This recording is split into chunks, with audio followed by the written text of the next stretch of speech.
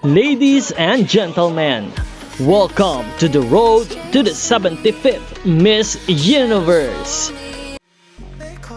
Magandang araw Pilipinas and good day pageant lovers.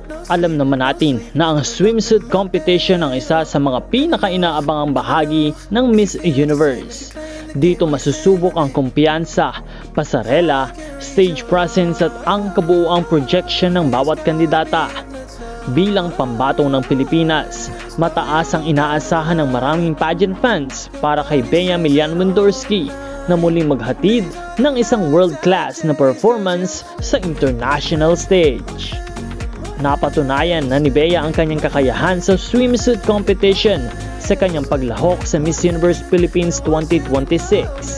Sa buong kompetisyon, naging isa siya sa mga standout performers sa runway at ipinakita ang kanyang confidence, elegance at malakas na stage presence, mga katangiang naging mahalagang bahagi ng kanyang magpagwawagi ng corona bilang Miss Universe Philippines.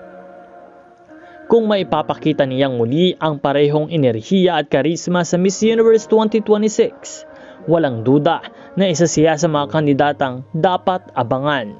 Ngayon pa lamang ay marami ng pageant enthusiasts ang naniniwalang kayang makipagsabayan ni Bea sa pinakamalalakas na kandidata mula sa iba't ibang panig ng mundo. Kaya't patuloy po natin siyang suportahan sa kanyang laban at huwag kalimutan na mag-subscribe sa channel na ito dahil patuloy tayong magbibigay ng mga pageant updates. This is Nel2204. Maraming salamat sa panonood. Magkita po tayo muli sa susunod na videos.